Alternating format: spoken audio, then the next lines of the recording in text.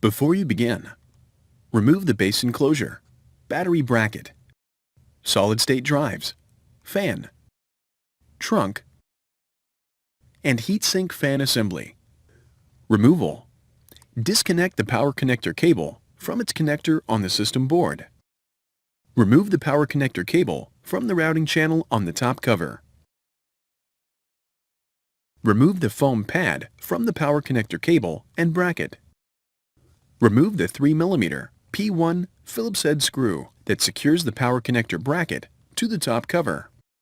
Lift the power connector bracket off of the power connector and remove. Carefully release the power connector cable from the retention tabs on the top cover and remove. Replacement.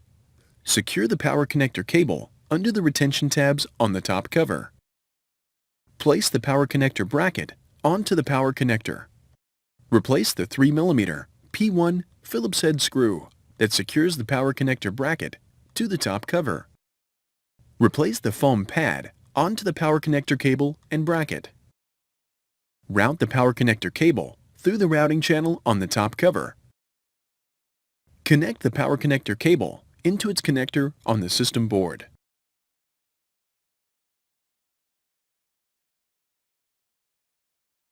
Thanks for watching. Please click subscribe for more videos and weekly updates.